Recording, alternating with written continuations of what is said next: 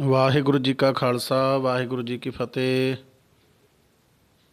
ਗੁਰੂ ਪਿਆਰੀ ਸਾਧ ਸੰਗਤ ਜੀ, ਵਿਚਾਰ ਕਰਦੇ ਹਾਂ ਜਿਹੜਾ ਕਿ ਗੁਰਦਾਸ ਮਾਨ ਦੇ ਵੱਲੋਂ ਸਿੱਖ ਧਰਮ ਦੇ ਖਿਲਾਫ ਇੱਕ ਨਵਾਂ ਵਿਵਾਦ ਛੇੜਿਆ ਗਿਆ ਹੈ। ਪਹਿਲਾਂ ਵੀ ਇਸ ਸ਼ਖਸ ਨੇ ਕੈਨੇਡਾ ਦੇ ਸ਼ੋਅ ਦੇ ਵਿੱਚ ਪੰਜਾਬੀ ਮਾਂ ਬੋਲੀ ਦੇ ਖਿਲਾਫ ਬੋਲ ਕੇ ਆਪਣੀ ਅਕਲ ਦਾ ਜਨਾਜ਼ਾ ਕੱਢਿਆ ਸੀ। ਜਿਹੜੀ ਮਾਂ ਬੋਲੀ ਦਾ ਜ਼ਿੰਦਗੀ ਭਰ ਖਾਧਾ, ਜਿਹੜੀ ਮਾਂ ਬੋਲੀ ਤੋਂ ਜ਼ਿੰਦਗੀ ਭਰ ਕਮਾਈ ਕੀਤੀ ਅਤੇ ਉਸੇ ਮਾਂ ਬੋਲੀ ਨੂੰ ਦੂਜੀਆਂ ਭਾਸ਼ਾਵਾਂ ਤੋਂ ਨੀਵਾਂ ਦਿਖਾਉਣ ਦਾ ਯਤਨ ਕੀਤਾ। ਅਤੇ ਜਦੋਂ ਕੈਨੇਡਾ ਦੇ ਸ਼ੋਅ ਦੇ ਵਿੱਚ ਸਿੱਖ ਨੌਜਵਾਨਾਂ ਨੇ ਹੱਥਾਂ ਦੇ ਵਿੱਚ ਤਖਤੀਆਂ ਫੜ ਕੇ ਇਸ ਦਾ ਵਿਰੋਧ ਕੀਤਾ ਅਤੇ ਆਪ ਸਭ ਨੇ ਦੇਖਿਆ ਕਿ ਇਹਨੇ ਕਿੰਨੀ ਭੱਦੀ ਸ਼ਬਦਾਵਲੀ ਉਸ ਵੇਲੇ ਵਰਤੀ ਅਤੇ ਹੁਣ ਦੁਬਾਰਾ ਫਿਰ ਸਿੱਖਾਂ ਨੂੰ ਚੜਾ ਰਿਹਾ ਹੈ ਕਿ ਆਪ ਸਭ ਨੇ ਸੁਣਿਆ ਹੀ ਹੈ ਕਿ ਨਕੋਦਰ ਮੁਰਾਦ ਸ਼ਾਹ ਦੇ ਡੇਰੇ ਦੇ ਅੰਦਰ ਸਟੇਜ 'ਤੇ ਖੜ੍ਹ ਕੇ ਇਹ ਪ੍ਰਚਾਰ ਕਰ ਰਿਹਾ ਹੈ ਕਿ ਮੁਰਾਦ ਸ਼ਾਹ ਤੀਸਰੇ ਪਾਤਸ਼ਾਹ ਧੰਨ ਧੰਨ ਸਾਹਿਬ ਸ੍ਰੀ ਗੁਰੂ ਅਮਰਦਾਸ ਸਾਹਿਬ ਜੀ ਮਹਾਰਾਜ ਜੀ ਦੀ ਅੰਸ਼ ਵੰਸ਼ ਦੇ ਵਿੱਚੋਂ ਹਨ। ਇਹ ਵਾਰ-ਵਾਰ ਸਿੱਖਾਂ ਨੂੰ ਟੀਕਾ ਲਾ ਕੇ ਪਰਖਿਆ ਜਾ ਰਿਹਾ ਹੈ ਕਿ ਸਿੱਖਾਂ ਦੀ ਜ਼ਮੀਰ ਮਰ ਚੁੱਕੀ ਹੈ ਜਾਂ ਅਜੇ ਜਿਉਂਦੀ ਆ। ਸਾਨੂੰ ਵਾਰ-ਵਾਰ ਚੜਾਉਣ ਦਾ ਮਤਲਬ ਇਹੀ ਆ। ਸੋ ਆਪਾਂ ਵਿਚਾਰ ਕਰਦੇ ਹਾਂ ਪਾਵਨ ਗੁਰਬਾਣੀ ਦੇ ਅੰਦਰੋਂ ਕਿ ਜਿਹੜੀਆਂ ਦਰਗਾਹਾਂ 'ਤੇ ਜਿਹੜਿਆਂ ਡੇਰਿਆਂ ਦੇ ਵਿੱਚ ਨੱਚ ਕੇ ਇਹ ਸਾਡੇ ਨੌਜਵਾਨਾਂ ਨੂੰ ਦੱਸਣਾ ਚਾਹੁੰਦਾ ਹੈ ਵੀ ਪੈਰਾਂ ਦੇ ਵਿੱਚ ਘੁੰਗਰੂ ਪਾ ਲਓ, ਨੱਚੋ ਟੱਪੋ, ਇਹੀ ਭਗਤੀ ਹੁੰਦੀ ਹੈ। ਵੀ ਪਾਵਨ ਗੁਰਬਾਣੀ ਇਸ ਨੱਚਣ ਟੱਪਣ ਵਾਲੀ ਭਗਤੀ ਦੇ ਬਾਰੇ ਕੀ ਵਿਚਾਰ ਕਰਦੀ ਹੈ। ਧੰਨ ਧੰਨ ਸਾਹਿਬ ਸ੍ਰੀ ਗੁਰੂ ਗ੍ਰੰਥ ਸਾਹਿਬ ਜੀ ਮਹਾਰਾਜ ਜੀ ਦੇ ਅੰਦਰ 159 ਅੰਗ ਦੇ ਉੱਪਰ ਤੀਸਰੇ ਪਾਤਸ਼ਾਹ ਧੰਨ ਧੰਨ ਸਾਹਿਬ ਸ੍ਰੀ ਗੁਰੂ ਅਮਰਦਾਸ ਸਾਹਿਬ ਜੀ ਮਹਾਰਾਜ ਜੀ ਦਾ ਗੌੜੀ ਗੁਆਰੇਰੀ ਰਾਗ ਦੇ ਅੰਦਰ ਇਹ ਪਾਵਨ ਸ਼ਬਦ ਉਚਾਰਨ ਕੀਤਾ ਹੋਇਆ ਹੈ ਕਿ ਗੁਰੂ ਸਾਹਿਬ ਜੀ ਇਸ ਪਾਵਨ ਸ਼ਬਦ ਦੇ ਅੰਦਰ ਉਹਨਾਂ ਮਨੁੱਖਾਂ ਨੂੰ ਗਿਆਨ ਉਪਦੇਸ਼ ਦੇ ਰਹੇ ਹਨ ਜੋ ਲੋਕ ਨੱਚਣ ਟੱਪਣ ਨੂੰ ਹੀ ਭਗਤੀ ਮੰਨਦੇ ਹਨ ਜਾਂ ਰੱਬ ਨੂੰ ਮਿਲਣ ਦਾ ਜ਼ਰੀਆ ਮੰਨਦੇ ਨੇ। ਭਗਤ ਕਰੈ ਮੂਰਖ ਆਪ ਜਨਾਵੈ, ਨੱਚ ਨੱਚ ਟੱਪਹਿ ਬਹੁਤ ਦੁੱਖ ਪਾਵੈ। ਕਿ ਮੂਰਖ ਲੋਕ ਰਾਸਾਂ ਦੇ ਵਿੱਚ ਜਾ ਕੇ ਆਪਣੇ ਆਪ ਨੂੰ ਭਗਤ ਪ੍ਰਗਟ ਕਰਦੇ ਨੇ, ਪੈਰਾਂ ਦੇ ਵਿੱਚ ਘੁੰਗਰੂ ਪਾ ਲਏ, ਨੱਚਣਾ ਟੱਪਣਾ। ਗੁਰੂ ਸਾਹਿਬ ਕਹਿੰਦੇ ਭਾਈ ਇਹ ਮੂਰਖ ਲੋਕ ਹੈ, ਇਸ ਤਰ੍ਹਾਂ ਦੇ ਨਾਲ ਇਹ ਆਪਣੇ ਆਪ ਨੂੰ ਭਗਤ ਪ੍ਰਗਟ ਕਰਦੇ ਆ। ਨੱਚ ਨੱਚ ਟੱਪੈ ਬਹੁਤ ਦੁੱਖ ਪਾਵੈ। ਅਤੇ ਇਹ ਲੋਕ ਨੱਚ ਕੇ ਟੱਪਦੇ ਹਨ, ਪਰ ਇਹ ਆਪਣੇ ਅੰਤਰਾਤਮੇ ਹਉਮੈ ਦੇ ਕਾਰਨ, ਜਿਵੇਂ ਅੱਜ ਇਸ ਗੁਰਦਾਸ ਮਾਨ ਵਰਗੇ ਸ਼ਖਸ ਨੂੰ ਹਉਮੈ ਹੈ, ਹੰਕਾਰ ਹੈ, ਇਹ ਮੂਰਖ ਲੋਕ ਫਿਰ ਆਪਣਾ ਅੰਤਰਾਤਮੇ ਹਉਮੈ ਦੇ ਕਾਰਨ ਆਤਮਿਕ ਆਨੰਦ ਨਹੀਂ ਲੈ ਸਕਦੇ ਅਤੇ ਆਤਮਿਕ ਆਨੰਦ ਦੀ ਥਾਂ ਦੁਖੀ ਹੁੰਦੇ ਰਹਿੰਦੇ ਆ, ਦੁੱਖ ਭੋਗਦੇ ਰਹਿੰਦੇ ਆ। ਨੱਚਿਆਂ ਟੱਪਿਆਂ ਭਗਤ ਨਾ ਹੋਏ। ਅਤੇ ਗੁਰੂ ਅਮਰਦਾਸ ਸਾਹਿਬ ਜੀ ਮਹਾਰਾਜ ਕਹਿੰਦੇ ਭਾਈ ਇਸ ਤਰ੍ਹਾਂ ਨੱਚਣ ਟੱਪਣ ਦੇ ਨਾਲ ਭਗਤੀ ਨਹੀਂ ਹੁੰਦੀ। ਭਗਤੀ ਕਿਵੇਂ ਹੁੰਦੀ ਹੈ? ਸ਼ਬਦ ਮਰੈ ਭਗਤ ਪਾਏ ਜਨ ਸੋਏ। ਪਰਮਾਤਮਾ ਦੀ ਭਗਤੀ ਉਹੀ ਮਨੁੱਖ ਪ੍ਰਾਪਤ ਕਰ ਸਕਦਾ ਹੈ ਜਿਹੜਾ ਗੁਰੂ ਦੇ ਸ਼ਬਦ ਵਿੱਚ ਜੁੜ ਕੇ ਹਉਮੈ ਨੂੰ ਮਾਰ ਦਿੰਦਾ ਹੈ। ਗੁਰੂ ਦੇ ਸ਼ਬਦ ਦੇ ਦੁਆਰਾ ਜੋ ਮਨੁੱਖ ਆਪਣੇ ਅੰਦਰੋਂ ਹਉਮੈ ਹੰਕਾਰ ਆਪੇ ਭਾਵ ਨੂੰ ਮਾਰ ਦਿੰਦਾ ਹੈ, ਉਹੀ ਮਨੁੱਖ ਪ੍ਰਮਾਤਮਾ ਦੀ ਭਗਤੀ ਪ੍ਰਾਪਤ ਕਰ ਸਕਦਾ ਹੈ। ਨੱਚਣ ਟੱਪਣ ਦੇ ਨਾਲ ਭਗਤੀ ਪ੍ਰਾਪਤ ਨਹੀਂ ਹੋ ਸਕਦੀ। ਅੱਗੇ ਇੱਕ ਉਦਾਹਰਨ ਆਪਾਂ ਪਾਵਨ ਗੁਰਬਾਣੀ ਦੇ ਵਿੱਚੋਂ ਹੋਰ ਲੈਂਦੇ ਹਾਂ। ਜਿਸ ਤਰ੍ਹਾਂ ਹਰ ਥਾਂ ਸਟੇਜਾਂ 'ਤੇ ਆਪਾਂ ਸੁਣਦੇ ਹਾਂ ਕਿ ਭਾਈ ਗੁਰਬਾਣੀ ਦੇ ਵਿੱਚ ਵੀ ਹੈ, ਨੱਚਣ ਕੁੱਦਣ ਮਨ ਕਾ ਚਾਓ। ਕੀ ਹੁੰਦਾ ਹੈ, ਕਈ ਵਾਰ ਅਸੀਂ ਪਾਵਨ ਗੁਰਬਾਣੀ ਦੇ ਅੰਦਰੋਂ ਕਿਸੇ ਇੱਕ ਪੰਕਤੀ ਨੂੰ ਲੈ ਕੇ ਆਪਣੇ ਅਨੁਸਾਰ ਉਸ ਪੰਕਤੀ ਦੇ ਅਰਥ ਕੱਢ ਕੇ ਤੇ ਲੋਕਾਂ ਨੂੰ ਗੁੰਮਰਾਹ ਕੀਤਾ ਜਾਂਦਾ ਹੈ। ਇਸੇ ਤਰ੍ਹਾਂ ਹੀ ਇਹ ਪਾਵਨ ਸ਼ਬਦ ਹੈ।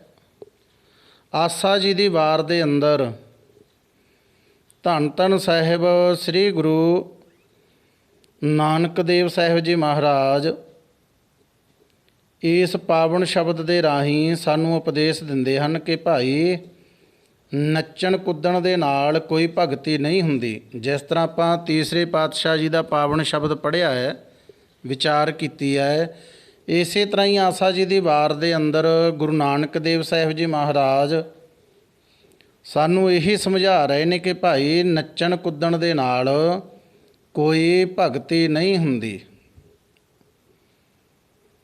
ਕਹਿੰਦੇ ਬੰਧਨ ਬੰਧ ਭਵਾਏ ਸੋਏ। ਜੋ ਲੋਕ ਆਪਣੇ ਆਪ ਨੂੰ ਨੱਚ ਕੁੱਦ ਕੇ ਭਗਤ ਖਵਾਉਂਦੇ ਆ, ਗੁਰੂ ਸਾਹਿਬ ਕਹਿੰਦੇ ਫਿਰ ਭਾਈ ਉਹ ਪ੍ਰਭੂ ਜੀਵਾਂ ਨੂੰ ਮਾਇਆ ਦੇ ਜੰਜੀਰਾਂ ਵਿੱਚ ਜਕੜ ਕੇ ਭਵਾਉਂਦਾ ਹੈ। ਇੱਕ ਮਾਇਆ ਦੀ ਜੰਜੀਰ ਆ ਜੋ ਨੱਚ ਕੁੱਦ ਕੇ ਲਾਟੂ ਵਾਂਗੂ, ਮਧਾਣੀਆਂ ਵਾਂਗੂ, ਪੰਖੀਆਂ ਵਾਂਗੂ, ਥਲ ਬਰੋਲਿਆਂ ਵਾਂਗੂ ਆਪਣੇ ਆਪ ਨੂੰ ਘੁੰਮ ਕੇ ਭਗਤ ਖਵਾਉਂਦੇ ਨੇ। ਇਹ ਪ੍ਰਮਾਤਮਾ ਜੀਵਾਂ ਨੂੰ ਮਾਇਆ ਦੇ ਜੰਜੀਰਾਂ ਵਿੱਚ ਜਕੜ ਕੇ ਭਵਾਉਂਦਾ ਹੈ। ਪਾਇਆ ਕਿਰਤ ਨੱਚੈ ਸਭ ਕੋਏ। ਹਰੇਕ ਜੀਵ ਆਪਣੇ ਕੀਤੇ ਹੋਏ ਕੰਮਾਂ ਦੇ ਸੰਸਕਾਰਾਂ ਅਨੁਸਾਰ ਨੱਚ ਰਿਹਾ ਹੈ। ਇਹ ਸਾਰਾ ਸੰਸਾਰ ਆਪਣੇ ਕੀਤੇ ਹੋਏ ਕੰਮਾਂ ਦੇ ਅਨੁਸਾਰ ਨੱਚ ਰਿਹਾ ਹੈ। ਅਸਲ ਦੇ ਵਿੱਚ ਜੋ ਲੋਕ ਰਾਸਾਂ ਦੇ ਵਿੱਚ ਨੱਚ ਰਹੇ ਨੇ, ਨੱਚ ਨੱਚ ਹੱਸੈ ਚੱਲੈ ਸੇ ਰੋਏ। ਹੁਣ ਸਟੇਜ ਦੇ ਉੱਤੇ ਤਾਂ ਬੜਾ ਹੱਸ ਹੱਸ ਕੇ ਨੱਚਦੇ ਨੇ, ਪਰ ਅੰਤ ਨੂੰ ਰੋ ਕੇ ਹੀ ਜਾਂਦੇ ਨੇ। ਜਦੋਂ ਵੀ ਇਹ ਸੰਸਾਰ ਤੋਂ ਜੀਵ ਜਾਂਦਾ ਹੈ, ਆਪਣੇ ਕੀਤੇ ਹੋਏ ਬੁਰੇ ਕੰਮਾਂ ਨੂੰ ਯਾਦ ਕਰਕੇ ਰੋ ਕੇ ਜਾਂਦਾ ਹੈ। ਉੱਡ ਨਾ ਜਾਹੀ ਸਿੱਧ ਨਾ ਹੋਏ। ਉਂਝ ਵੀ ਨੱਚਣ ਟੱਪਣ ਨਾਲ ਕਿਸੇ ਉੱਚੀ ਅਵਸਥਾ 'ਤੇ ਨਹੀਂ ਅੱਪੜ ਸਕਦਾ ਬੰਦਾ। ਉੱਡ ਨਾ ਜਾਹੀ ਦਾ ਮਤਲਬ ਉੱਡ ਕੇ ਕਿਸੇ ਉੱਚੀ ਅਵਸਥਾ 'ਤੇ ਨਹੀਂ ਅੱਪੜ ਸਕਦਾ। ਸਿੱਧ ਨਾ ਹੋਏ ਅਤੇ ਨਾ ਹੀ ਉਹ ਸਿੱਧ ਬਣ ਸਕਦਾ ਹੈ। ਭਾਵ ਇਸ ਤਰ੍ਹਾਂ ਨੱਚਣ ਟੱਪਣ ਦੇ ਨਾਲ ਨਾ ਤਾਂ ਕੋਈ ਉੱਚੀ ਆਤਮਿਕ ਅਵਸਥਾ ਪ੍ਰਾਪਤ ਕਰ ਸਕਦਾ ਹੈ ਅਤੇ ਨਾ ਹੀ ਕੋਈ ਰਿੱਧੀ ਸਿੱਧੀ ਨੂੰ ਪ੍ਰਾਪਤ ਕਰ ਸਕਦਾ ਹੈ। ਜਿਸ ਤਰ੍ਹਾਂ ਆਪਾਂ ਦੇਖਦੇ ਹਾਂ ਸਟੇਜਾਂ ਤੋਂ ਇਹ ਬਕਵਾਸ ਕੀਤਾ ਜਾਂਦਾ ਹੈ। ਆਪਾਂ ਇਸ ਮਨੁੱਖ ਦੇ ਰਾਹੀਂ ਵੀ ਸੁਣਿਆ ਵੀ ਕਿਵੇਂ ਮੁਰਾਦ ਸ਼ਾਹ ਜੀ ਕਿਵੇਂ ਸਿੱਧੀਆਂ ਦਿਖਾਉਂਦੇ ਸੀ, ਕਿਵੇਂ ਤਾਕਤਾਂ ਦੇ ਮਾਲਕ ਸੀ। ਅਤੇ ਬਿਲਕੁਲ ਗੁਰਬਾਣੀ ਇਹਨਾਂ ਗੱਲਾਂ ਨੂੰ ਮਨ ਘੜਤ ਅਤੇ ਮਨ ਮੱਤ ਕਹਿੰਦੀ ਆ। ਅੱਗੇ ਗੁਰੂ ਸਾਹਿਬ ਕਹਿੰਦੇ ਨੱਚਣ ਕੁੱਦਣ ਮਨ ਕਾ ਚਾਓ। ਜਿਹੜਾ ਨੱਚਣ ਕੁੱਦਣ ਹੈ ਨਾ, ਇਹ ਤਾਂ ਕੇਵਲ ਅਤੇ ਕੇਵਲ ਮਨ ਦਾ ਚਾਅ ਹੈ। ਨੱਚਣਾ ਕੁੱਦਣਾ ਕੋਈ ਭਗਤੀ ਨਹੀਂ। ਅਸੀਂ ਸੋਚਦੇ ਹਾਂ ਵੀ ਪਾਵਨ ਗੁਰਬਾਣੀ ਦੇ ਵਿੱਚ ਵੀ ਆਉਂਦਾ ਹੈ ਵੀ ਨੱਚਣ ਕੁੱਦਣ ਮਨ ਕਾ ਚਾਓ। ਨਹੀਂ, ਮਨ ਦੇ ਚਾਅ ਤਾਂ ਬਹੁਤ ਸਾਰੇ ਨੇ। ਮਨ ਦਾ ਚਾਅ ਤਾਂ ਇਹ ਵੀ ਕਹਿੰਦਾ ਹੈ ਵੀ 2 ਨੰਬਰ ਦਾ ਪੈਸਾ ਕਮਾ ਕੇ ਚੰਗੀ ਜਾਇਦਾਦ ਬਣਾਵਾਂ ਅਤੇ ਬਹੁਤ ਅਮੀਰ ਹੋ ਜਾਵਾਂ। ਮਨ ਦਾ ਚਾਅ ਤਾਂ ਇਹ ਵੀ ਕਹਿੰਦਾ ਹੈ ਵੀ ਖਾਣ ਪੀਣ ਦੇ ਵਿੱਚ ਮੈਂ ਕਿਸੇ ਤਰ੍ਹਾਂ ਦਾ ਕੋਈ ਨਸ਼ੇ ਦਾ ਸੇਵਨ ਕਰਾਂ ਜਾਂ ਕੁਝ ਹੋਰ ਖਾਵਾਂ ਪੀਵਾਂ। ਮਨ ਦਾ ਚਾਅ ਤਾਂ ਬਦਫੈਲੀਆਂ ਕਰਨ ਨੂੰ ਵੀ ਕਹਿੰਦਾ ਹੈ। ਗੁਰੂ ਸਾਹਿਬ ਕਹਿੰਦੇ ਭਾਈ ਇਹ ਭਗਤੀ ਨਹੀਂ ਹੋ ਸਕਦੀ, ਇਹ ਮਨ ਦਾ ਚਾਅ ਹੈ। ਨੱਚਣ ਕੁੱਦਣ ਮਨ ਕਾ ਚਾਓ। ਨੱਚਣਾ ਕੁੱਦਣਾ ਕੇਵਲ ਮਨ ਦਾ ਚਾਅ ਹੈ, ਮਨ ਦਾ ਸ਼ੌਂਕ ਹੈ। ਨਾਨਕ ਜੈਨ ਮਨ ਭਾਓ ਤਿਨਾ ਮਨ ਭਾਓ। हे ਨਾਨਕ ਪ੍ਰੇਮ ਕੇਵਲ ਉਹਨਾਂ ਦੇ ਮਨ ਵਿੱਚ ਹੀ ਹੈ ਜਿਨ੍ਹਾਂ ਦੇ ਮਨ ਵਿੱਚ ਰੱਬ ਦਾ ਡਰ ਹੈ। ਰੱਬ ਦੀ ਭਗਤੀ ਕਿਹਨਾਂ ਦੇ ਅੰਦਰ ਹੈ? ਨੱਚਣ ਕੁੱਦਣ ਵਾਲਿਆਂ ਦੇ ਅੰਦਰ ਨਹੀਂ। ਗੁਰੂ ਸਾਹਿਬ ਕਹਿੰਦੇ ਭਾਈ ਰੱਬ ਦੀ ਭਗਤੀ ਉਹਨਾਂ ਦੇ ਅੰਦਰ ਹੈ ਜਿਨ੍ਹਾਂ ਦੇ ਅੰਦਰ ਰੱਬ ਦਾ ਡਰ ਹੈ। ਹੁਣ ਇੱਥੋਂ ਗੁਰੂ ਸਾਹਿਬ ਜੀ ਨੇ ਸਿੱਧ ਕਰ ਦਿੱਤਾ ਕਿ ਭਾਈ ਨੱਚਣਾ ਕੁੱਦਣਾ ਕਿਸੇ ਤਰ੍ਹਾਂ ਦੀ ਭਗਤੀ ਨਹੀਂ ਹੁੰਦੀ। ਇਹ ਕੇਵਲ ਤੇ ਕੇਵਲ ਮਨੁੱਖ ਆਪਣੇ ਮਨ ਦੇ ਚਾਅ ਦੇ ਲਈ ਕਰਦਾ ਹੈ। ਸੋ ਅੱਗੇ ਇੱਕ ਦੋ ਉਦਾਹਰਨਾਂ ਹੋਰ ਲੈਂਦੇ ਹਾਂ। ਆਸਾ ਰਾਗ ਦੇ ਅੰਦਰ ਵੀ ਗੁਰੂ ਸਾਹਿਬ ਜੀ ਇਸੇ ਤਰ੍ਹਾਂ ਸਾਨੂੰ ਉਪਦੇਸ਼ ਦੇ ਰਹੇ ਨੇ। ਕਬ ਕੋ ਭਾਲੈ ਘੁੰਗਰੂ ਤਾਲਾਂ, ਕਬ ਕੋ ਬਜਾਵੈ ਰਬਾਬ। ਇਸੇ ਤਰ੍ਹਾਂ ਗੁਰੂ ਸਾਹਿਬ ਕਹਿੰਦੇ ਭਾਈ ਇਹ ਪਾਵਨ ਸ਼ਬਦ 368 ਅੰਗ ਤੇ ਆਸਾ ਰਾਗ ਦੇ ਅੰਦਰ ਚੌਥੇ ਪਾਤਸ਼ਾਹ ਜੀ ਦਾ ਉਚਾਰਨ ਕੀਤਾ ਹੋਇਆ ਹੈ। ਕਬ ਕੋ ਭਾਲੈ ਘੁੰਗਰੂ ਤਾਲਾਂ, ਕਬ ਕੋ ਬਜਾਵੈ ਰਬਾਬ। ਕਿਉਂ ਕੋਈ ਤਾਲ ਦੇਣ ਵਾਸਤੇ ਘੁੰਗਰੂ ਲੱਭਦਾ ਫਿਰੇ। ਇਹ ਪੀਰਾਂ ਦੀਆਂ ਦਰਗਾਹਾਂ ਤੇ ਡੇਰਿਆਂ ਦੇ ਵਿੱਚ ਨੱਚਣ ਵਾਲੇ ਲੋਕ ਪੈਰਾਂ ਦੇ ਵਿੱਚ ਘੁੰਗਰੂ ਪਾ ਪਾ ਕੇ ਨੱਚਦੇ ਆ। ਗੁਰੂ ਸਾਹਿਬ ਹੁਣ ਕੀ ਕਹਿ ਰਹੇ ਨੇ ਕਿ ਕਿਉਂ ਭਾਈ ਕੋਈ ਤਾਲ ਦੇਣ ਵਾਸਤੇ ਘੁੰਗਰੂ ਲੱਭਦਾ ਫਿਰੇ। ਭਾਵ ਮੈਨੂੰ ਘੁੰਗਰੂਆਂ ਦੀ ਲੋੜ ਨਹੀਂ। ਕਬ ਕੋ ਬਜਾਵੈ ਰਬਾਬ, ਨਾ ਹੀ ਮੈਨੂੰ ਕਿਸੇ ਸਾਜ਼ ਦੀ ਲੋੜ ਹੈ। ਕਿਉਂ? ਆਵਤ ਜਾਤ ਬਾਰ ਖਿਣ ਲੱਗੈ, ਹਉ ਤਬ ਲੱਗ ਸੰਭਾਰੋ ਨਾਮ। ਇਹ ਘੁੰਗਰੂ ਬੰਨਣ ਲੱਗਿਆਂ ਤੇ ਸਾਜ਼ ਇਕੱਠੇ ਕਰਨ ਲੱਗਿਆਂ ਗੁਰੂ ਸਾਹਿਬ ਕਹਿੰਦੇ ਭਾਈ ਆਉਂਦਿਆਂ ਜਾਂਦਿਆਂ ਕੁਝ ਨਾ ਕੁਝ ਸਮਾਂ ਬਰਬਾਦ ਹੋ ਜਾਂਦਾ ਹੈ, ਪਰ ਮੈਂ ਤਾਂ ਉਤਨਾ ਸਮਾਂ ਵੀ ਪ੍ਰਮਾਤਮਾ ਦਾ ਨਾਮ ਯਾਦ ਕਰਾਂਗਾ ਜਿੰਨਾ ਸਮਾਂ ਕੋਈ ਘੁੰਗਰੂ ਬੰਨਣ ਤੇ ਘੁੰਗਰੂ ਭਾਲਣ ਤੇ ਲਾ ਦਿੰਦਾ ਨਾ। ਗੁਰੂ ਸਾਹਿਬ ਕਹਿੰਦੇ ਭਾਈ ਮੈਂ ਓਨਾ ਸਮਾਂ ਉਸ ਪ੍ਰਮਾਤਮਾ ਵਾਹਿਗੁਰੂ ਜੀ ਦੀ ਯਾਦ ਦੇ ਵਿੱਚ ਵੀ ਗੁਜ਼ਾਰ ਸਕਦਾ ਹਾਂ। ਕਹਿਣ ਤੋਂ ਭਾਵ ਨੱਚਣਾ ਕੁੱਦਣਾ, ਪੈਰਾਂ 'ਚ ਘੁੰਗਰੂ ਪਾ ਲੈਣੇ, ਨੱਚਣ ਕੁੱਦਣ ਵਾਲੇ ਉਹੋ ਜਿਹੇ ਸਾਜ਼ ਇਕੱਠੇ ਕਰ ਲੈਣੇ, ਇਹ ਇੱਕ ਸਮੇਂ ਦੀ ਬਰਬਾਦੀ ਹੈ। ਜੇ ਕਹਿੰਦੇ ਨੇ ਨਾ ਵੀ ਇਹ ਸਾਰਾ ਕੁਝ ਭਗਤੀ ਹੈ, ਗੁਰੂ ਸਾਹਿਬ ਕਹਿੰਦੇ ਭਾਈ ਇਹ ਭਗਤੀ ਨਹੀਂ, ਇਹ ਤਾਂ ਸਮੇਂ ਦੀ ਬਰਬਾਦੀ ਆ। ਪਾਵਨ ਗੁਰਬਾਣੀ ਦੇ ਅਨੁਸਾਰ ਸਾਨੂੰ ਸਮਝ ਆ ਚੁੱਕੀ ਹੈ ਕਿ ਭਾਈ ਇਹ ਨੱਚਣਾ ਕੁੱਦਣਾ, ਪੈਰਾਂ 'ਚ ਘੁੰਗਰੂ ਬੰਨਣੇ, ਇਹ ਦਰਗਾਹਾਂ 'ਤੇ ਪੀਰਾਂ ਦਿਆਂ ਥਾਵਾਂ 'ਤੇ ਜਾ ਕੇ ਜਾਂ ਕਿਸੇ ਡੇਰੇ ਦੇ ਵਿੱਚ ਜਾ ਕੇ ਇਹ ਕੰਮ ਕਰਨੇ ਜਾਂ ਇਹਨੂੰ ਭਗਤੀ ਮੰਨਣਾ, ਇਹ ਸਾਰਾ ਕੁਝ ਮਨ ਮੱਤ ਹੈ ਅਤੇ ਮਨ ਘੜਤ ਕਹਾਣੀਆਂ। ਅੱਗੇ ਜਿੱਥੋਂ ਤੱਕ ਇਹ ਗੁਰਦਾਸ ਮਾਨ ਦੇ ਦੁਆਰਾ ਕਿਹਾ ਗਿਆ ਹੈ ਕਿ ਮੁਰਾਦ ਸ਼ਾਹ ਸੀ ਜਿਹੜਾ, ਉਹ ਗੁਰੂ ਅਮਰਦਾਸ ਸਾਹਿਬ ਜੀ ਦੀ ਅੰਸ਼ ਵੰਸ਼ ਦੇ ਵਿੱਚੋਂ ਹੋਇਆ। ਅਤੇ ਆਪਾਂ ਪਾਵਨ ਗੁਰਬਾਣੀ ਜਾਂ ਇਤਿਹਾਸ ਦੇ ਵਿੱਚੋਂ ਸਮਝ ਲੈਂਦੇ ਹਾਂ ਕਿ ਗੁਰੂ ਘਰ ਦੇ ਅੰਦਰ ਕਿਸੇ ਅੰਸ਼ ਵੰਸ਼ ਨੂੰ ਥਾਂ ਹੈ, ਪੀੜ੍ਹੀ ਦਰ ਪੀੜ੍ਹੀ ਕੋਈ ਥਾਂ ਹੈ ਜਾਂ ਸੇਵਾ ਪ੍ਰਧਾਨ ਹੈ। ਆਪਾਂ ਪਾਵਨ ਗੁਰਬਾਣੀ ਦੇ ਵਿੱਚੋਂ ਸਤਿਕਾਰਯੋਗ ਸੱਤਾ ਜੀ ਅਤੇ ਬਲਵੰਡ ਜੀ ਰਾਮਕਲੀ ਦੀ ਵਾਰ ਉਚਾਰਨ ਕੀਤੀ ਹੋਈ ਹੈ ਜੋ ਗੁਰਸਿੱਖ ਪਿਆਰਿਆਂ ਦੀ, ਉਸ ਪਾਵਨ ਗੁਰਬਾਣੀ ਦੇ ਅੰਦਰੋਂ ਇਹ ਸਮਝ ਪ੍ਰਾਪਤ ਕਰਦੇ ਹਾਂ ਕਿ ਗੁਰੂ ਘਰ ਦੇ ਅੰਦਰ ਪੀੜ੍ਹੀ ਦਰ ਪੀੜ੍ਹੀ ਜਾਂ ਕਿਸੇ ਅੰਸ਼ ਵੰਸ਼ ਨੂੰ ਕੋਈ ਸਥਾਨ ਹੈ ਜਾਂ ਨਹੀਂ ਹੈ। ਹੁਣ ਪਾਵਨ ਗੁਰਬਾਣੀ ਦੇ ਅੰਦਰ 967 ਅੰਗ ਦੇ ਉੱਪਰ ਪਾਵਨ ਗੁਰਬਾਣੀ ਦਾ ਉਪਦੇਸ਼ ਹੈ। ਪੁੱਤਰੀ ਕੌਲ ਨਾ ਪਾਲਿਓ, ਕਰ ਪੀਰੋਂ ਕੰਨ ਮੁਰਟੀਐ, ਦਿਲ ਖੋਟੈ ਆਕੀ ਫਿਰਨ, ਬੰਨ ਭਾਰ ਉਚੈਨ ਛੱਟੀਐ। ਹੁਣ ਜਦੋਂ ਗੁਰੂ ਨਾਨਕ ਸਾਹਿਬ ਜੀ ਦੇ ਪੁੱਤਰ ਸ੍ਰੀ ਚੰਦ ਜੀ ਅਤੇ ਲਖਮੀ ਦਾਸ ਜੀ, ਇੱਥੇ ਇਸ ਪਾਵਨ ਗੁਰਬਾਣੀ ਦੇ ਅੰਦਰ ਗੁਰੂ ਨਾਨਕ ਦੇਵ ਜੀ ਦੇ ਪੁੱਤਰਾਂ ਦਾ ਜ਼ਿਕਰ ਕੀਤਾ ਗਿਆ ਹੈ ਕਿ ਦੇਖੋ ਗੁਰੂ ਨਾਨਕ ਦੇਵ ਸਾਹਿਬ ਜੀ ਮਹਾਰਾਜ ਜੀ ਨੇ ਆਪਣੇ ਪੁੱਤਰਾਂ ਨੂੰ ਮਹਾਨਤਾ ਨਹੀਂ ਦਿੱਤੀ। ਉੱਥੇ ਭਾਈ ਲਹਿਣਾ ਜੀ ਨੂੰ ਆਪਣੇ ਅੰਗ ਨਾਲ ਲਾ ਕੇ ਗੁਰੂ ਅੰਗਦ ਦੇਵ ਜੀ ਬਣਾਇਆ ਗਿਆ ਤੇ ਆਪਣੇ ਪੁੱਤਰਾਂ ਨੂੰ ਕੋਈ ਥਾਂ ਨਹੀਂ ਦਿੱਤਾ। ਕਿਉਂ? ਪੁੱਤਰੀ ਕੌਲ ਨਾ ਪਾਲਿਓ, ਕਰ ਪੀਰੋਂ ਕੰਨ ਮਰਟੀਐ। ਸਤਿਗੁਰੂ ਜੀ ਦੇ ਪੁੱਤਰਾਂ ਨੇ ਬਚਨ ਇੱਕ ਵੀ ਨਹੀਂ ਮੰਨਿਆ। ਕੌਲ ਦਾ ਭਾਵ ਬਚਨ। ਗੁਰੂ ਸਾਹਿਬ ਜੀ ਦੇ ਪੁੱਤਰਾਂ ਨੇ ਗੁਰੂ ਸਾਹਿਬ ਜੀ ਦਾ ਇੱਕ ਵੀ ਬਚਨ ਨਹੀਂ ਮੰਨਿਆ। ਕਰ ਪੀਰੋਂ ਕੰਨ ਮਰਟੀਐ, ਉਹ ਗੁਰੂ ਦੇ ਵੱਲ ਪਿੱਠ ਦੇ ਕੇ ਹੀ ਬੈਠੇ ਰਹੇ, ਗੁਰੂ ਸਾਹਿਬ ਜੀ ਦਾ ਹੁਕਮ ਮੋੜਦੇ ਰਹੇ। ਦਿਲ ਖੋਟਾ ਆਕੀ ਫਿਰਨ, ਬੰਨ ਭਾਰੋ ਚੈਨ ਛੱਟੀਐ। ਤੇ ਇਹੋ ਜਿਹੇ ਲੋਕ ਜੋ ਖੋਟਾ ਦਿਲ ਹੋਣ ਦੇ ਕਾਰਨ ਗੁਰੂ ਦੇ ਵੱਲੋਂ ਆਕੀ ਹੋਏ ਫਿਰਦੇ ਆ। ਇਹ ਹੁਣ ਮੁਰਾਦ ਸ਼ਾਹ ਵਰਗੇ, ਗੁਰਦਾਸ ਮਾਨ ਵਰਗੇ ਵੀ ਆਕੀ ਹੋਏ ਆ ਕਿ ਜਿਹੜੇ ਆਕੀ ਹੋਏ ਫਿਰਦੇ ਆ ਉਹ ਲੋਕ ਦੁਨੀਆ ਦੇ ਧੰਦਿਆਂ ਦੀ ਛੱਟ ਦਾ ਭਾਰ ਬੰਨ੍ਹ ਕੇ ਸਿਰ 'ਤੇ ਚੁੱਕੀ ਫਿਰਦੇ ਆ। ਹੁਣ ਗੁਰੂ ਸਾਹਿਬ ਜੀ ਨੇ ਇੱਥੇ ਪਾਵਨ ਗੁਰਬਾਣੀ ਦੇ ਵਿੱਚੋਂ ਸਮਝਾ ਦਿੱਤਾ ਕਿ ਭਾਈ ਗੁਰੂ ਘਰ ਦੇ ਵਿੱਚ ਕਿਸੇ ਤਰ੍ਹਾਂ ਦੀ ਕਿਸੇ ਅੰਸ ਨੂੰ, ਬੰਸ ਨੂੰ ਜਾਂ ਪੀੜ੍ਹੀ ਦਰ ਪੀੜ੍ਹੀ ਪੁੱਤ ਪੋਤਰਿਆਂ ਨੂੰ ਕੋਈ ਥਾਂ ਨਹੀਂ। ਇੱਥੇ ਜੋ ਗੁਰੂ ਦਾ ਬਚਨ ਮੰਨਦਾ ਹੈ ਉਹ ਗੁਰੂ ਦਾ ਸਿੱਖ ਹੈ।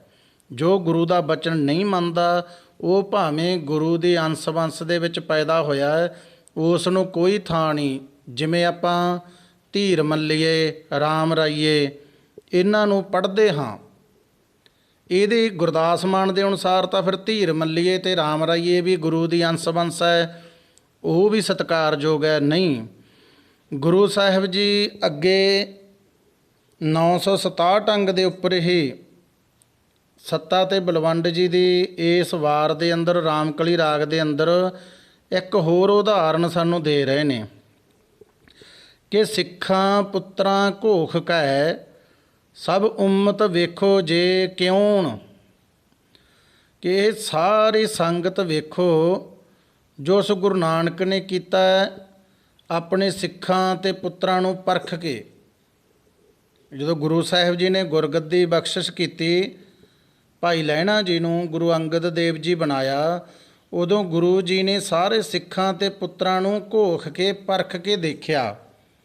ਜਾਂ ਸੁਧੋਸ ਤਾਂ ਲਹਿਣਾ ਟਕਿਉਣ, ਜਦੋਂ ਸੁਧਾਈ ਕੀਤੀ ਤਾਂ ਗੁਰੂ ਬਾਬਾ ਜੀ ਨੇ ਆਪਣੇ ਥਾਂ 'ਤੇ ਭਾਈ ਲਹਿਣਾ ਜੀ ਨੂੰ ਚੁਣਿਆ।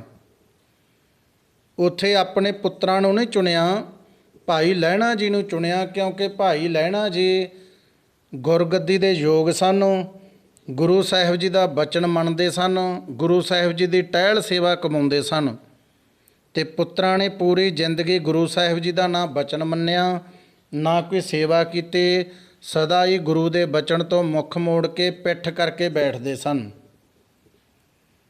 ਤੇ ਤੀਸਰੀ ਉਦਾਹਰਨ ਹੈ ਕਿ ਜਦੋਂ ਧੰਨ ਸਾਹਿਬ ਸ੍ਰੀ ਗੁਰੂ ਗੋਬਿੰਦ ਸਿੰਘ ਸਾਹਿਬ ਜੀ ਮਹਾਰਾਜ ਜੀ ਦਾ ਪਰਿਵਾਰ ਵਿਛੋੜਾ ਹੋਇਆ, ਆਨੰਦਪੁਰ ਸਾਹਿਬ ਦੇ ਕਿਲ੍ਹੇ ਦੇ ਵਿੱਚੋਂ ਕਿਲ੍ਹਾ ਛੱਡ ਕੇ ਆਏ ਗੁਰੂ ਸਾਹਿਬ।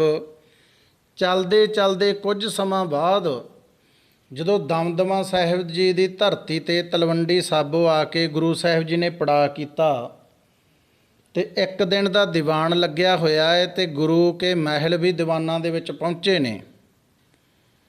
ਤੇ ਦੀਵਾਨ ਦੀ ਸਮਾਪਤੀ ਤੋਂ ਬਾਅਦ ਗੁਰੂ ਕੇ ਮਹਿਲ ਪੁੱਛਦੇ ਨੇ ਕਿ ਹੇ ਸੱਚੇ ਪਾਤਸ਼ਾਹ, ਅੱਜ ਆਪਣੇ ਲਾਲ ਆਪਣੇ ਸਾਹਿਬਜ਼ਾਦੇ ਦਿਖਾਈ ਨਹੀਂ ਦਿੰਦੇ, ਉਹ ਕਿੱਥੇ ਹਨ? ਸਾਡਾ ਬਹੁਤ ਮਨ ਕਰਦਾ ਉਹਨਾਂ ਨੂੰ ਲਾਡ ਪਿਆਰ ਕਰਨ ਦਾ। ਤੇ ਗੁਰੂ ਸਾਹਿਬ ਜੀ ਨੇ ਭਰੇ ਦੀਵਾਨ ਦੇ ਵਿੱਚ ਸਾਰੀ ਸੰਗਤ ਦੇ ਵੱਲ ਹੱਥ ਕਰਕੇ ਕਿਹਾ ਸੀ ਕਿ ਇਨ ਪੁੱਤਰਨ ਕੇ ਸੀਸ ਪਰ ਬਾਰ ਦੀਏ ਸੁਤ ਚਾਰ, ਚਾਰ ਮੂਏ ਤੋਂ ਕਿਆ ਭਿਆ ਜੀਵਤ ਕਈ ਹਜ਼ਾਰ। ਕਿ ਮੈਂ ਇਹਨਾਂ ਆਪਣੇ ਗੁਰੂ ਖਾਲਸੇ ਗੁਰੂ ਪੰਥ ਪੁੱਤਰਾਂ ਦੇ ਉੱਤੋਂ, ਆਪਣੇ ਸਿੱਖਾਂ ਦੇ ਉੱਤੋਂ ਆਪਣੇ ਚਾਰੇ ਪੁੱਤ ਕੁਰਬਾਨ ਕਰ ਦਿੱਤੇ। ਚਾਰ ਕੁਰਬਾਨ ਕਰ ਦਿੱਤੇ ਤਾਂ ਕੀ ਹੋਇਆ? ਮੇਰਾ ਖਾਲਸਾ ਪੰਥ ਕਈ ਹਜ਼ਾਰ ਦੀ ਗਿਣਤੀ ਦੇ ਵਿੱਚ ਜਿਉਂਦਾ ਹੈਗਾ। ਕਹਿਣ ਤੋਂ ਭਾਵ ਗੁਰੂ ਸਾਹਿਬ ਜੀ ਨੇ ਖਾਲਸਾ ਪੰਥ ਨੂੰ ਆਪਣਾ ਪੁੱਤਰ ਬਣਾਇਆ, ਆਪਣੇ ਨਾਦੀ ਪੁੱਤਰ ਬਣਾਇਆ। ਤੇ ਇਹੋ ਜਿਹੇ ਨਚਾਰ ਇਕੱਠੇ ਹੋ ਕੇ ਬੀੜੀਆਂ ਪੀਣੇ, ਘੁੰਗਰੂ ਬੰਨ੍ਹਣੇ, ਨੱਚਣ ਵਾਲੇ, ਚਿਲਮਾ ਸੁਲਫੇ ਪੀਣ ਵਾਲੇ ਕਹਿ ਦਿੰਦੇ ਨੇ ਕਿ ਅਸੀਂ ਗੁਰੂ ਦੀ ਅੰਸ ਬੰਸ ਹਾਂ।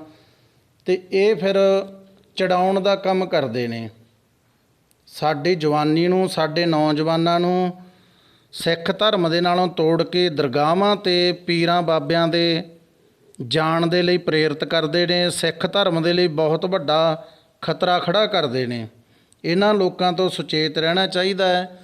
ਅਤੇ ਜਿੱਥੋਂ ਤੱਕ ਇਹ ਨਸ਼ਾ ਕਰਦੇ ਆ, ਅਤੇ ਗੁਰਬਾਣੀ ਇਹਨਾਂ ਦੇ ਸੇਵਨ ਕੀਤੇ ਹੋਏ ਨਸ਼ਿਆਂ ਦੇ ਬਾਰੇ ਕੀ ਕਹਿੰਦੀ ਹੈ, ਆਪਾਂ ਗੋਜਰੀ ਰਾਗ ਦੇ ਵਿੱਚ ਪੜ੍ਹਦੇ ਹਾਂ। ਦੁਰਮਤ ਮਦ ਜੋ ਪੀਵਤੇ ਬਿਖਲੇ ਪਤ ਕਮਲੇ, ਨਾਮ ਰਸਾਇਣ ਜੋ ਰਤੇ ਨਾਨਕ ਸੱਚ ਅਮਲੀ। ਇੱਕ ਹੁੰਦੇ ਆ ਸੱਚੇ ਅਮਲੀ। ਗੁਰੂ ਸਾਹਿਬ ਇਹੋ ਜਿਹੇ ਬਾਬਿਆਂ ਨੂੰ ਝੂਠੇ ਅਮਲੀ ਕਹਿੰਦੇ ਨੇ। ਜਿਹੜੇ ਦੁਰਮਤ ਮਦ ਪੀਂਦੇ ਆ, ਭਾਵ ਖੋਟਾ ਨਸ਼ਾ ਕਰਦੇ ਆ, ਇਹਨਾਂ ਲੋਕਾਂ ਦੀ ਆਪਣੀ ਕੋਈ ਇੱਜ਼ਤ ਨਹੀਂ ਹੁੰਦੀ। ਬਿਖਲੀ ਪਤ ਕਮਲੀ, ਅਤੇ ਕਮਲੇ ਹੁੰਦੇ ਨੇ। ਤੁਸੀਂ ਸਟੇਜਾਂ 'ਤੇ ਦੇਖਿਆ ਹੋਇਆ ਕਮਲ ਵੀ ਘੋਟਦੇ ਆਪਾਂ ਦੇਖਦੇ ਹਾਂ। ਗੁਰਬਾਣੀ ਦਾ ਇੱਕ ਇੱਕ ਬਚਨ ਸੱਤ ਹੈ। ਅਤੇ ਨਾਮ ਰਸਾਇਣ ਜੋ ਰਤੇ ਨਾਨਕ ਸੱਚ ਅਮਲੀ। ਜੋ ਨਾਮ ਦੇ ਨਸ਼ੇ ਦੇ ਵਿੱਚ ਰੱਤੇ ਜਾਂਦੇ ਆ, ਜਿਹੜੀਆਂ ਰੂਹਾਂ ਨਾਮ ਦੇ ਨਸ਼ੇ ਦੇ ਵਿੱਚ ਮਸਤ ਹੋ ਜਾਂਦੀਆਂ, ਅਸਲ ਦੇ ਵਿੱਚ ਉਹੀ ਸੱਚੇ ਅਮਲੀ ਹੁੰਦੇ ਨੇ। ਅਗਲੀ ਉਦਾਹਰਨ ਹੈ, ਪਾਨ ਸੁਪਾਰੀ ਖਾਤੀਆਂ ਮੁਖ ਬੀੜੀਆਂ ਲਾਈਆਂ, ਹਰ ਹਰ ਕਦੇ ਨਾ ਚੇਤਿਓ ਜਮ ਪਕੜ ਚਲਾਈਆਂ। ਇਹ ਪਾਵਨ ਸ਼ਬਦ ਤਲੰਗ ਰਾਗ ਦੇ ਅੰਦਰ 726 ਅੰਗ ਦੇ ਉੱਪਰ ਸੁਭਾਏਮਾਨ ਹੈ। ਜਿਹੜੀਆਂ ਜੀਵ ਇਸਤਰੀਆਂ ਪਾਨ ਸੁਪਾਰੀ,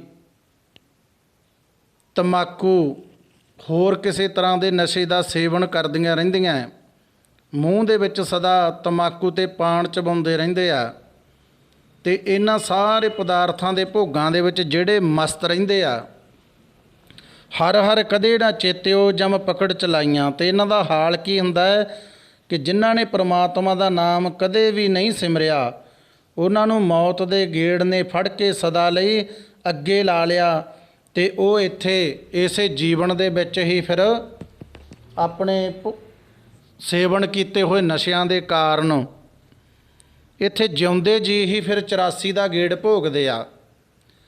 ਭਾਵ ਉਹੋ ਜਿਹੀਆਂ ਹਰਕਤਾਂ ਕਰਦੇ ਆ ਜੇ ਨਸ਼ੇ ਦਾ ਸੇਵਨ ਕੀਤਾ ਹੁੰਦਾ ਹੈ। ਕਹਿਣ ਤੋਂ ਭਾਵ ਹੈ ਕਿ ਪਾਵਨ ਗੁਰਬਾਣੀ ਦੇ ਅੰਦਰ ਜਾਂ ਇਤਿਹਾਸ ਦੇ ਵਿੱਚ ਇਹਨਾਂ ਨਾਲ ਮਿਲਦੀ ਜੁਲਦੀ ਇੱਕ ਵੀ ਉਦਾਹਰਨ ਸਾਡੇ ਅੱਗੇ ਨਹੀਂ ਆਉਂਦੀ। ਸਮਝ ਨਹੀਂ ਆਉਂਦੀ ਇਹ ਲੋਕ ਕੀ ਸੋਚ ਕੇ ਆਪਣੀ ਅਕਲ ਦਾ ਜਨਾਜ਼ਾ ਕੱਢਦੇ ਆ। ਕਦੇ ਪੰਜਾਬੀ ਮਾਂ ਬੋਲੀ ਦੇ ਖਿਲਾਫ ਬੋਲਦੇ ਆ, ਸਾਰੀ ਜ਼ਿੰਦਗੀ ਪੰਜਾਬੀ ਮਾਂ ਬੋਲੀ ਤੋਂ ਕਮਾ ਕੇ ਖਾ ਕੇ ਉਸੇ ਪੰਜਾਬੀ ਮਾਂ ਬੋਲੀ ਦੇ ਖਿਲਾਫ ਬੋਲਦੇ ਆ।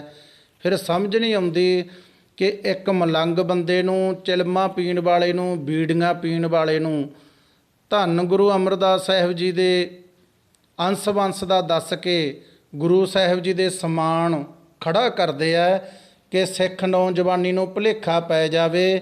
ਸਿੱਖ ਨੌਜਵਾਨੀ ਗੁਰਬਾਣੀ ਨਾਲੋਂ ਟੁੱਟ ਕੇ, ਸਿੱਖ ਧਰਮ ਦੇ ਨਾਲੋਂ ਟੁੱਟ ਕੇ ਇਹਨਾਂ ਦੇ ਡੇਰਿਆਂ ਦੇ ਵਿੱਚ ਨਸ਼ੇੜੀ ਬਣ ਜਾਵੇ ਅਤੇ ਇਹਨਾਂ ਦੀ ਗੁਲਾਮ ਬਣ ਕੇ ਰਹਿ ਜਾਵੇ।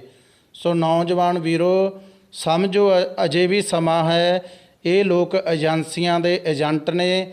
ਇਹਨਾਂ ਨੂੰ ਇਹਨਾਂ ਗੱਲਾਂ ਦੇ ਬਦਲੇ ਬਹੁਤ ਕੁਝ ਮਿਲਦਾ ਹੈ। ਸ਼ੌਹਰਤ ਮਿਲਦੀ ਹੈ, ਦੌਲਤ ਮਿਲਦੀ ਹੈ, ਸਰਕਾਰੀ ਸਿਕਿਉਰਟੀਆਂ ਮਿਲਦੀਆਂ। ਇਸ ਕਰਕੇ ਸਮਝੋ, ਵਾਪਸ ਆ ਜਾਵੋ ਆਪਣੇ ਘਰ ਨੂੰ, ਪਾਵਨ ਗੁਰਬਾਣੀ ਨੂੰ ਪੜ੍ਹੀਏ, ਆਪਣੇ ਇਤਿਹਾਸ ਦੇ ਨਾਲ ਜੁੜੀਏ। ਇਹੋ ਜਿਹੇ ਬੀੜੀਆਂ ਪੀਣੇ, ਚਿਲਮਾਂ ਪੀਣੇ ਬਾਬਿਆਂ ਤੋਂ ਖਹਿੜਾ ਛਡਾ ਕੇ, ਸਿੰਘ ਸਜ ਕੇ ਆਪਣੇ ਇਸ ਜੀਵਨ ਨੂੰ ਨਸ਼ਿਆਂ ਦੀ ਦਲਦਲ ਦੇ ਵਿੱਚੋਂ ਕੱਢ ਕੇ ਇੱਕ ਸੋਹਣਾ ਜੀਵਨ ਬਣਾ ਲਈਏ, ਤਾਂ ਇਹ ਸਾਡਾ ਜੀਵਨ ਸਫਲ ਹੋ ਜਾਵੇਗਾ। ਸੋ ਇੱਥੋਂ ਤੱਕ ਆਪਾਂ ਪਾਵਨ ਗੁਰਬਾਣੀ ਅਤੇ ਇਤਿਹਾਸ ਦੇ ਵਿੱਚੋਂ ਸਮਝ ਲਈ ਹੈ। ਸੋ ਇਸ ਸਮਝ ਨੂੰ ਆਪਣੇ ਹਿਰਦਿਆਂ 'ਚ ਵਸਾ ਕੇ ਆਪਾਂ ਆਪਣਾ ਜੀਵਨ ਸੋਹਣਾ ਬਣਾਈਏ। ਹੋਈਆਂ ਭੁੱਲਾਂ ਦੀ ਖਿਮਾ ਕਰਨੀ।